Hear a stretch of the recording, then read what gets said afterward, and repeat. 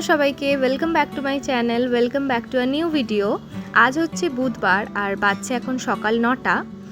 আমি চলে এসেছি রান্নাঘরে একটুখানি আলুর পরোটা বানাতে।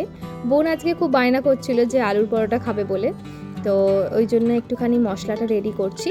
আমি কোনো রেসিপি দেখিনি, জাস্ট মন থেকে যেরকম মনে হলো সেরকমই বানাচ্ছি। তো প্রথমে ওই পেঁয়াজ কাঁচা লঙ্কা এইগুলো একটু মশলা দিয়ে ভেজে নিচ্ছি জাস্ট। ওদিকে আলু সেদ্ধ করা হয়ে গেছে আমার, এবার জাস্ট মাখাবো। আজ আবার জামাই ষষ্ঠী, অনেকের বাড়িতে অনেক রকম রান্না হচ্ছে নিশ্চয়ই, অনেক রকমের আয়োজন, কিন্তু আমাদের বাড়িতে সেরকম কোনো ব্যাপার নেই। আর তাছাড়া আমরাও আগে মামার বাড়ি যেতাম, কিন্তু সেই যাওয়াটাও অনেক বছর হয়ে গেছে, উঠে গেছে। তো সেই জন্য এখন বাড়িতেই যতটা পারি কিছু একটু ভালো খাওয়ার চেষ্টা করি। তো এখানে আমার বোনও এই কারণেই একটু বায়না করছিল যে আজকে কিছু একটা ভালো করে খাওয়া দিদি। আমি তাই ভাবলাম ঠিক আছে আলুর পরোটাটাই না হয় করে দিও বললো বলে। আমিও যে এর আগে কখনো করেছি তা কিন্তু নয়, এটা প্রথমবারই নিজে নিজে করা।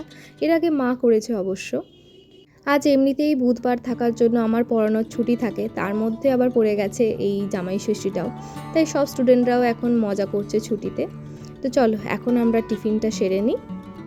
পরোটার সাথে এই কাঁচা লঙ্কার ফ্লেভারটা না আমার দারুণ লাগে। কিছুটা আলুর পুর রয়ে গেছিলো, তাই সেটাকেই ভাবলাম পরোটা দিয়ে খাই।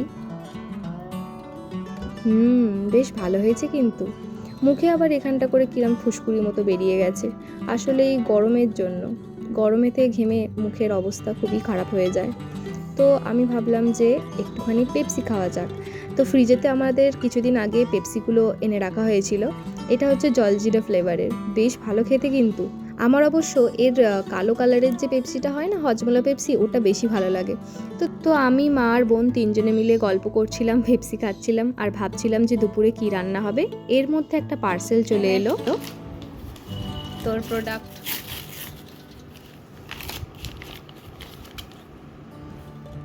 দেখি কেমন, সাদা কালারই তো, very light weight. Light weight. হ্যাঁ পুরো light weight, no white cast, nothing. ময়শ্চারাইজিংও আছে। তো বুঝতেই পারছো যে এটা সানস্ক্রিন অর্ডার দিয়েছিলাম, আর এর 50 ml এর প্রাইস নিয়েছে ওই 250 মতো। এর বেশ লাইট ওয়েটও আছে আর ম্যাট ফিনিশ দিচ্ছে, ভালোভাবে ব্লেন্ডও হয়ে যাচ্ছে, কোনো হোয়াইট কাস্টও দিচ্ছে না। তো যাই হোক, আমি এখন স্নান সেরে চলে এসেছি আর এখন বাজছে দুপুর 1:30 প্রায়, মানে ওই 1:15। বোন গেছে পড়তে আর আমি ভাবলাম যে একটুখানি নেল পালিশ পরি। হাতের নখগুলোর যা দশা হয়ে আছে আধ খাওয়া হয়ে, তার ওপর তো এই ভোটের কালিটা যাচ্ছেই না। তো আমি প্রথমে এই নেল পালিশটা চুজ করেছিলাম যে অনেক দিন পরিনি, একটু পরি, কিন্তু সেই আমার মন, আমার তো এরকম ডার্ক কালার ভালো লাগে না, তাই জন্য আবার এই লাইট কালারটাই পরে নিলাম। তো এখন বেজে গেছে দুপুর 4টে, অবশ্যই আমাদের লাঞ্চ হয়ে গেছে আর আমি একটু বাপির সাথে বেরোবো, তাই জন্য রেডি হয়েছি। আর ভাবলাম এই সানস্ক্রিনটা যখন এসেছে এটাই অ্যাপ্লাই করে যাই, তোমাদেরকে রিভিউটাও একটু দিয়ে দেবো। তো বেশ ভালোই জানো তো, মানে বেশ লাইট ওয়েট আছে আর ম্যাট ফিনিশও দিচ্ছে। ঠিক পুরোপুরি ম্যাট ফিনিশ নয়, বাট ময়শ্চারাইজও আছে। আর সবচেয়ে বেশি ভালো ব্যাপার হচ্ছে এটা লাইট ওয়েট বেশ, আর খুব তাড়াতাড়ি ব্লেন্ডও হয়ে গেল। তো চলো এখন ঝটপট করে রেডি হয়ে নিই, কারণ আমার লেট হয়ে যাচ্ছে। ঘেমে একেবারে চান হয়ে গেছি। এই ছোট্ট কানেরটা পরেছি কারণ এক্ষুনি আমাকে হেলমেট পরতে হবে। তো বাপি এখানে গাড়ি নিয়ে রেডি হয়ে গেছে, মাকে আমি টাটা বাই বাই করে দিয়েছি। এখন হেলমেটটা পরে আমার খুবই খারাপ অবস্থা, একদম ঘেমে নিয়ে একসা, কিন্তু গাড়িটা চললে একটুখানি হাওয়াটা দেবে। তো আমরা এখন যাব দুটো জায়গায়, প্রথম হচ্ছে অঞ্জলি জুয়েলার্সে যাওয়ার আছে, আর সেকেন্ড হচ্ছে একটা ফোনের শোরুমে যাওয়ার আছে, কারণ বাপির ফোনটা একদম খারাপ হয়ে গেছে, সেটাই কিনবো। যাওয়ার পথে এই যে বাড়িটা তোমরা দেখতে পাচ্ছ, কি সুন্দর না, একদম অপূর্ব সুন্দর দেখতে। তো এই বাড়িটা তোমরা কিছু সিরিয়ালে দেখে থাকতে পারো। এই সাইডেও আর একটা বাড়ি আছে, দাঁড়াও দেখাচ্ছি। এই যে এই বাড়িটা, এইটাও কিন্তু সিরিয়ালে আমি দেখেছি। তো এইগুলো সব শুটিংয়ের কাছে ব্যবহার হয়।